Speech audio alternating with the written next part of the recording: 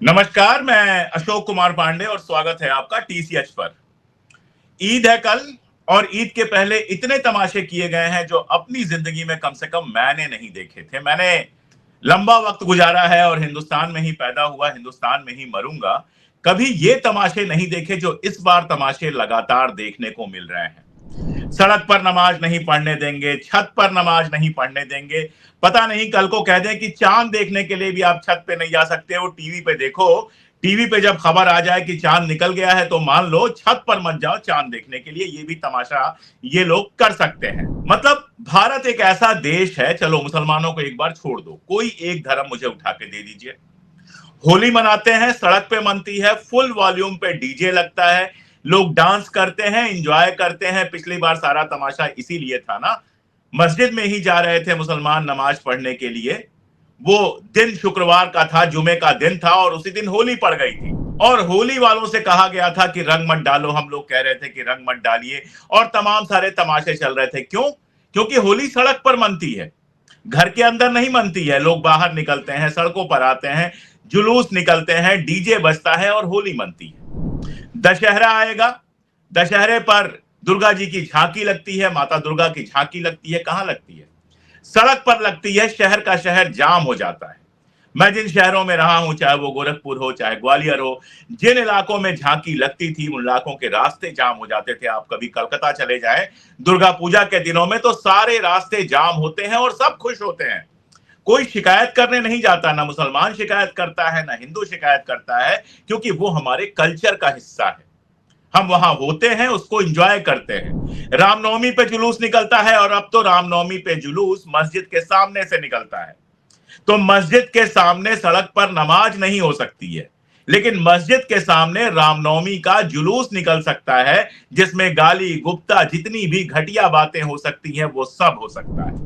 अगर भगवान राम ऐसे जुलूसों को देख रहे होंगे तो वो कभी जीवन में उनको अपना भक्त स्वीकार नहीं करेंगे। राम, जिनको मर्यादा पुरुषोत्तम कहा जाता था, उनके नाम पर सारी मर्यादाएं तोड़ी जाती हैं जब रामनवमी का जुलूस निकलता है। उसके बाद देख लीजिए, जैन मुनि निकलते हैं, उनके पीछे पीछे उनके शिष्य और शिष्याएं होती हैं। श्वेतांबरी भी होते हैं, दिगंबरी भी होते हैं और उनका सड़कों पर आराम से जुलूस निकलता है। कोई परेशान नहीं करता, चुपचाप लोग बगल से निकल जाते हैं। कांवड़ यात्रा की बात ही छोड़ दीजिए। जब कांवड़ यात्रा निकलती है तो हफ्तों सारे रास्ते ब्लॉक होते हैं और कई बार ऐसी कार्यवाहियां उनके द्वारा की जाती हैं जो सभ्य समाज में स्वीकार नहीं होती हैं, लेकिन फिर भी लोग आराम से उसको अपनी संस्कृति का, अपने देश का एक हिस्सा मानकर निभाते हैं। आप गिनाते चले जाइए, शादी ब्याह होते हैं, लंबे लंबे जुलूस निकलते हैं, पूरी बारात निकलती है, बीच सड़क पे डांस होता है और सब लोग एंजॉय करते हैं।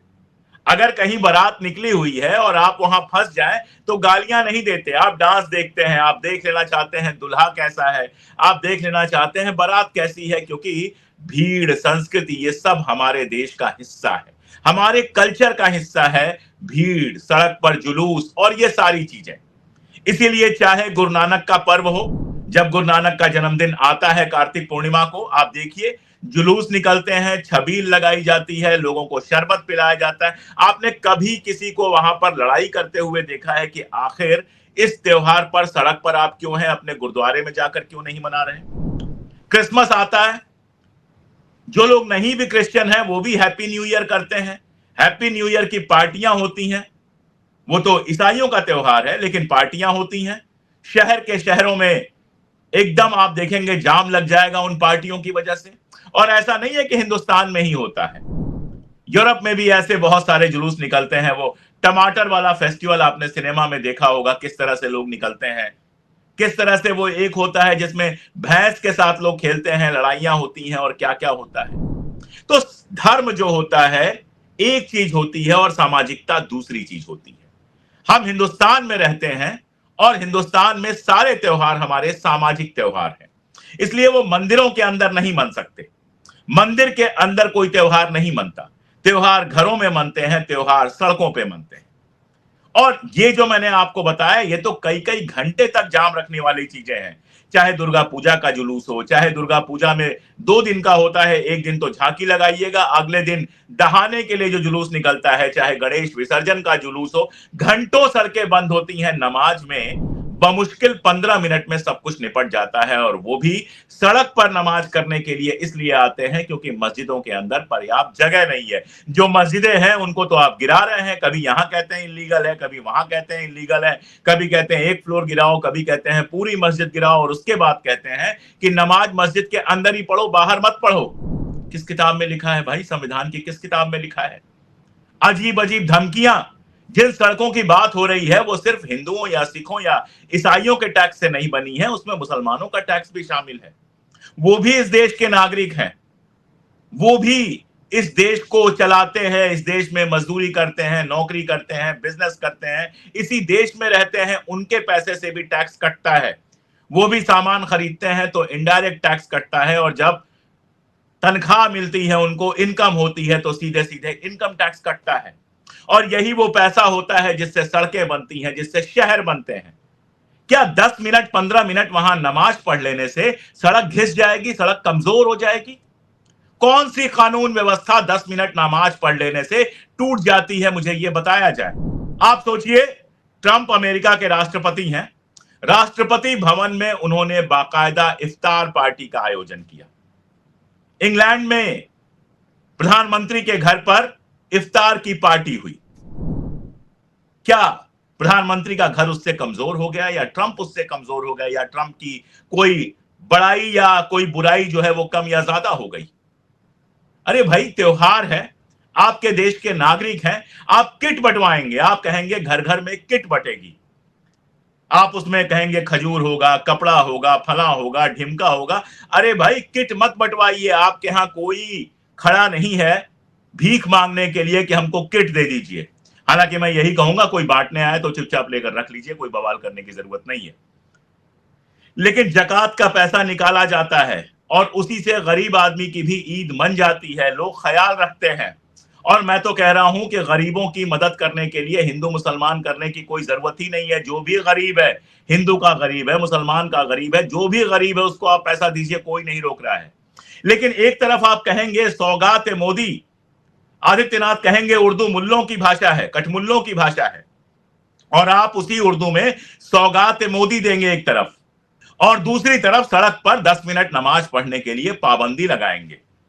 यूनिवर्सिटी के अंदर ग्राउंड पर बच्चों ने नमाज पढ़ ली तो उनको आप जेल भेज देंगे। कोई ट्रेन में अपनी सीट पर, जिसको उसने रिजर्व कराया है, जिसका पैसा दिया है, उस सीट पर बैठकर बिना आवाज किए, वैसे भी नमाज में आवाज नहीं होती है, दिल के अंदर ही पढ़ा जाता है जो पढ़ा जाता है, तो बिना आवाज किए कोई बूढ़ा आदमी अगर ट्रेन में अपनी सीट पर नमाज पढ़ लेगा तो उस पर तमाशा हो जाएगा।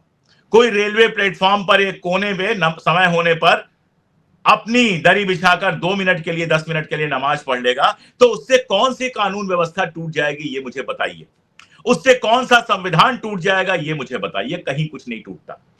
ये सिर्फ एक ये दिखाने का तरीका है कि अब्दुल की चूड़ी टाइट कर रहे हैं। क्या मिल जाएगा इससे? नमाज तो वो पढ़ेगा ही। क्या लॉजिक है इस बात का कि कोई आदमी अपने छत पर नमाज नहीं पढ़ सकता? छत तो पर्सनल प्रॉपर्टी है ना। मैं अगर अपने घर में रहता हूं, सारे टैक्स दे रहा हूं, घर मैंने अपने पैसे से खरीदा है या फिर मेरे पुरखों का है, तो वो तो मेरी पर्सनल प्रॉपर्टी है ना। उस पर्सनल प्रॉपर्टी में मैं पूजा करता हूं, नमाज करता हूं या कुछ भी करता हूं, उससे पुलिस को क्या करना है तब तक जब तक कोई कानून नहीं टूटता है। और छत पर नमाज पढ़ लेने से कौन सा कानून टूट जाता है? बात बस इतनी ही है ना कि ईद के दिन लोग सामूहिक रूप से नमाज पढ़ना चाहते हैं, पूरे समूह में चाहते हैं नमाज पढ़ना, और ये पूरी दुनिया की परंपरा है, केवल हिंदुस्तान की परंपरा नहीं है। बरसों से लोग ऐसे ही नमाज पढ़ रहे हैं। इसको तोड़ने का मन है, या फिर कुछ ऐसे पुलिस अधिकारी हैं जिनको कैसे भी सरकार की नजर में चढ़ना है, जिनको ये करना है कि भाई देखो, हम ज्यादा भक्त लोग हैं, हम ज्यादा तुम्हारे सामने झुकने को तैयार हैं, हम तुम्हारे कहने पर ज्यादा अत्याचार करने को तैयार हैं। सोचिए, कहा गया एक जगह कि पासपोर्ट कैंसिल कर दी जाए। अरे पुलिस वाले पासपोर्ट कैंसिल करने वाले होते कौन है भाई? पासपोर्ट जारी तो करते नहीं है पुलिस वाले, घर जाते हैं सिर्फ वेरीफाई करने के लिए। आपका पता और आपकी पहचान वेरीफाई करने के लिए घर जाते हैं, पुलिस का सारा रोल इतना ही होता है। और या फिर थाने से ये रिपोर्ट ली जाती है कि चाल चलन वगैरह अच्छा है कि नहीं है, इससे ज्यादा तो पुलिस का कोई रोल होता नहीं है। पासपोर्ट जारी करने का काम जो है वो तो उनका है नहीं, उसके लिए तो अलग संगठन है, सारे अलग डिपार्टमेंट है, अलग मिनिस्ट्री है, हमारी फॉरेन मिनिस्ट्री है जो वीजा जारी करती है, सब कुछ अलग है। ये पुलिस का उसमें कोई रोल ही नहीं है। लेकिन सोचिए, पुलिस का एक अधिकारी कहता है कि हम पासपोर्ट कैंसिल कर देंगे। क्या पागलपन है, कहां से कैंसिल कर दोगे? अरे त्योहार गले मिलने के लिए होते हैं भाई। होली के दिन शाम को सब लोग गले मिलते थे, ईद के दिन शाम को सब लोग जाते थे, बधाइयां देते थे, गले मिलते थे। शायद ही कोई ऐसा हिंदू हो जिसने ईद के दिन अपने दोस्तों के घर सिवई ना खाई हो। शायद ही कोई ऐसा मुसलमान हो जिसने होली के दिन अपने दोस्तों के घर गुजिया ना खाई हो। मैं जिस वक्त का हूं, मैंने जो हिंदुस्तान देखा है उसका तो यही सच था। ईद के दिन हम पहुंच जाते थे उनके घर, सिवैयां खाते थे, इंजॉय करते थे। होली के दिन वो हमारे घर आते थे, गुजिया खाते थे, इंजॉय करते थे। ये क्या बना दिया गया है देश को? ये क्या तमाशा बना दिया गया है कि कोई त्योहार आप चैन से नहीं मना सकते? ये कैसा देश बना दिया है कि हर त्योहार पे डर लगता है? पूरे होली के दिन ये डर लगा हुआ था कि देश में कहीं दंगा ना हो जाए, देश में कहीं कोई ऐसी हरकत ना हो जाए। लेकिन देश के लोगों ने होशियारी का परिचय दिया, होली भी खेली और जो नमाज पढ़ने जा रहे थे उनको आराम से नमाज भी पढ़ने दिया गया। कुछ जगहों से तो फूल वगैरह बरसाने की शानदार तस्वीरें आई। होली बीती, रामनवमी आने वाली है, अभी नवरात्र के बाद फिर वही शुरू हो जाएगा। जुलूस निकलना है, वो जाना है कहां? मस्जिद के सामने से, वो मंदिर में नहीं जाता। पता नहीं कौन सा जुलूस है जिसका मंदिर के सामने से जाना बहुत जरूरी हो जाता है। जब तक मंदिर के सामने जाए नहीं, जब तक डीजे बजाए नहीं, जब तक वहां पर डांस नहीं करें, तब तक भगवान राम का जुलूस पूरा नहीं होता। जिस राम को शांति का प्रतीक कहा गया, जिनके चेहरे से शांति टपकती है, जिनको मर्यादा पुरुषोत्तम कहा गया, यानी जिन्होंने अपने समय की सारी मर्यादाएं निभाई, उसके लिए कष्ट सहे, उस राम के नाम पर, उस भगवान राम के नाम पर जाकर तमाशा किया जाता है। तो रामनवमी को डर लगा रहता है कि भैया कहां क्या हो जाए, कौन गिरफ्तार हो जाए, कौन जेल चला जाए, कहां पत्थर चल जाए, कहां दंगा हो जाए। ये सब रह जाता है तो औरंगजेब की कब्र याद आ जाती है। आप कहते हैं कब्र उखाड़ेंगे। अरे कब्रें उखाड़ने के अलावा और गड़े मुर्दे उखाड़ने के अलावा कुछ और बनाना आपको आता है? 2 अप्रैल आ रहा है, 2 अप्रैल आ रहा है, सारा सिस्टम बदलने जा रहा है। ट्रंप, रेसिप्रोकल टैरिफ की बात है और हमारे यहां मोदी जी झुक चुके हैं। रशिया से सस्ता आयल आता था, रिलायंस अब वो आयल नहीं पाएगा। वेनेजुएला के साथ लगा दिया गया 25% आपको टैरिफ देना पड़ेगा अगर वेनेजुएला से आप तेल मंगाएंगे। वेनेजुएला से जितना तेल बिकता था उसका 50% भारत खरीदता था, यानी वेनेजुएला से भी तेल नहीं आएगा तो रशिया से भी तेल नहीं आएगा, वेनेजुएला से भी तेल नहीं आएगा तो जहां से तेल आएगा महंगा तेल आएगा। ऑटो पार्ट्स वालों का बिजनेस अच्छा खासा चल रहा था, 20-25% की उनकी अच्छी खासी मार्जिन होती थी, घट के 1.5% की मार्जिन रह जाएगी। फार्मा वालों की हालत खराब हो जाएगी, इलेक्ट्रिक व्हीकल बनाने वाली जो कार बनाने वाली कंपनियां हैं उनके शेयर गड्ढे में जाएंगे। इस पर बात नहीं हो सकती। इसी पर बात ना हो सके उसके लिए ये सारा नाटक होगा। ये सवाल कोई नहीं पूछ रहा कि ट्रंप के सामने चाइना अड़ गया, ट्रंप के सामने कनाडा अड़ गया। आखिर ट्रंप के सामने अड़ने में मोदी जी को क्या दिक्कत थी? क्या मोदी जी सिर्फ अडानी को बचाने के लिए हैं, बाकी देश को बचाने के लिए नहीं है? ये सवाल कोई नहीं पूछेगा। ये सवाल कोई नहीं पूछेगा कि चाहे ईद हो चाहे होली, खोए का दाम आसमान पर है और खोआ उसके बावजूद असली नहीं मिलता है, नकली मावा मिलने की तमाम शिकायतें आती हैं। ये सवाल कोई नहीं पूछेगा कि दूध का दाम कैसे आसमान पर बढ़ रहा है, कोई नहीं पूछेगा शक्कर का दाम कैसे आसमान पे बढ़ रहा है। मीठी ईद आई, सिवैयों वाली ईद आई तो आपको दिक्कत है कि नमाज कैसे पढ़ेंगे लोग सड़क पर। बकरीद आएगी तब आपको अचानक जो है आपके अंदर अहिंसा जग जाएगी। भले पूरे साल आप जाकर मटन और मुर्गा खरीदते रहे, हिंदुस्तान में 75% से ज्यादा लोग मांसाहारी हैं। इसका मतलब यह नहीं है कि केवल मुसलमान मांसाहारी हैं, हिंदुओं की भी एक बड़ी संख्या मांसाहारी है। लेकिन जो ही तमाशा आएगा, जो ही बकरीद आएगी, आप तमाशा शुरू कर देंगे। मैं ब्रेक पर था, बाहर निकला हुआ था 2-4 दिन आराम करने के लिए, लेकिन सोशल मीडिया एक ऐसी चीज है जिससे खबरें लगातार आती रहती हैं और जिस तरह की खबरें आ रही हैं, जिस तरह की बातें हो रही हैं, वो बेहद शर्मिंदा करने वाली बातें हैं। अब नेताओं को तो राजनीति करनी है, वो अपनी राजनीति करेंगे, करने दीजिए। उनका भी आज वक्त है, कल नहीं रहेगा। लेकिन आप जनता हैं, आपको इसी समाज में रहना है, उसी समाज में जिस पर सड़कों पे होली भी होती है और सड़कों पे 10 मिनट 15 मिनट की नमाज भी पढ़ ली जाती है। वही समाज जिसको इन दोनों से कोई दिक्कत नहीं है, जो नहीं भी खेलता है होली, वो अपने छत पे खड़े होके जब हुरियारे निकलते हैं तो उसको एंजॉय करता है। यहां कोई रोक नहीं लगाता, बारात निकलती है, अपने घर के सामने जाम लग जाता है, लेकिन लोग जाम की शिकायत नहीं करते, छत पर जाते हैं और बारात देखते हैं, सामूहिक रूप से उस खुशी में शामिल होते हैं जिसको जानते भी नहीं है। यही हमारा समाज है, यही हमारा देश है, ऐसे ही चला है और ऐसे ही चलेगा। ये 2-4 दिन के लफड़े नाटक हैं, सरकारें बदलेंगी, ये सब बदल जाएगा, लेकिन जो लोग बदल रहे हैं ना, वो चिंता की बात है। वो ये बात नहीं समझ रहे हैं कि कैसे वो नफरत में ज़ॉम्बी बन रहे हैं। और ज़ॉम्बी की अगर फ़िल्में आपने देखी होंगी, तो आप जानते हैं कि ज़ॉम्बी बाहर वालों को बाद में मारता है, सबसे पहले अपने घर वालों को मार देता है। तो सरकार जो कर रही है, वो करने दीजिए। आप इसी समाज में रहिए, इसी समाज में रहना है आपको, और रहना है तो सबसे मिलजुल के रहना है। सबसे मिलजुल के रहेंगे तो समाज भी खुशहाल होगा, आप भी खुशहाल होंगे और आपके बच्चे भी एक बेहतर इंसान बनेंगे। और अगर आप ज़ॉम्बी में तब्दील होते जाएँगे तो आने वाला समय आपके लिए भी बहुत मुश्किल होगा। पेट्रोल महँगा होगा, देश में महँगाई बढ़ेगी तो आप भी उतने ही परेशान होंगे। बेरोज़गारी बढ़ेगी तो आपके बच्चे को भी नौकरी नहीं मिलेगी। वो भी 2-2 5-5 हज़ार 10-10 हज़ार के लिए यहाँ-वहाँ भटकेगा और मुसलमान के बच्चे की भी वही हालत होगी। थोड़ा इंसान बनिए, थोड़ा दिमाग चलाइए, थोड़ा दिल से सोचिए, थोड़ा इतिहास को सोचिए कि कैसे हम रहे हैं।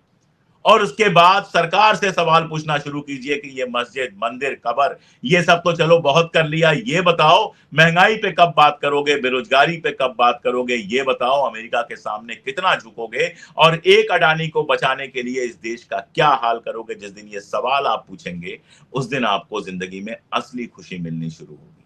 आज के लिए इतना ही। बहुत शुक्रिया और आप सबको ईद की बहुत-बहुत मुबारकबाद।